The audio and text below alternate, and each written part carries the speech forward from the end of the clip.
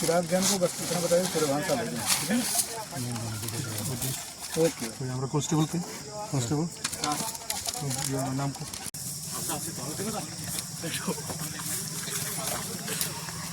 राइटो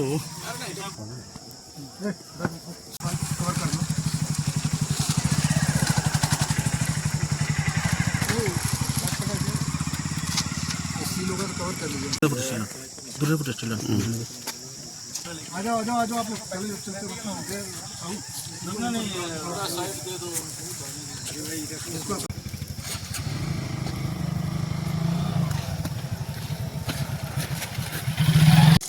हाँ समझे? हाँ बताओ तो लेगा नहीं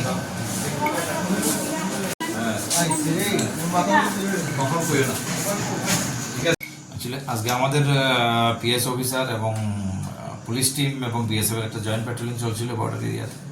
ওই বর্ডার এরিয়াতে বিশেষ করে স্ট্যানলি বিএসএফ এর 104 ব্যাটালিয়ন বিএসএফ সহ মিলে এসএ ফ্রান্সিস জার্মান এবং টিম যখন প্যাট্রোলিং করছিল 2টা থেকে শুরু হয়ে গেছিল অনুমান 4টার আশপাশে, তখন একটা নাম্বারলেস স্কুটির মধ্যে করে 2জন লোক আসছিল।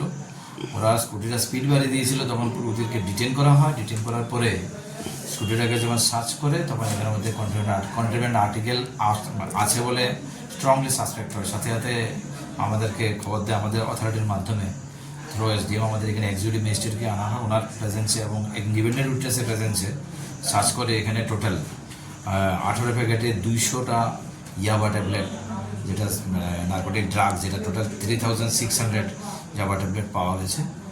অ্যাকর্ডিংলি আমরা ওইখানে যে 2জন লোক ছিল তার মধ্যে একজন হচ্ছে সবুজ মিয়া 31, ওর বাড়ি দুর্গানগর, আর হচ্ছে রাহুল মিয়া, তার বাড়িও দুর্গানগর। রাহুল মিয়ার কামরুল জামাল তার বাবার নাম। তো 2জনকেই ডিটেন করে আনা হয়েছে এবং তাদের বিরুদ্ধে আমাদের এই এনডিপিসির আওতায় একটা মামলা নথিভুক্ত করা হচ্ছে এবং ইনভেস্টিগেশন স্টার্ট করা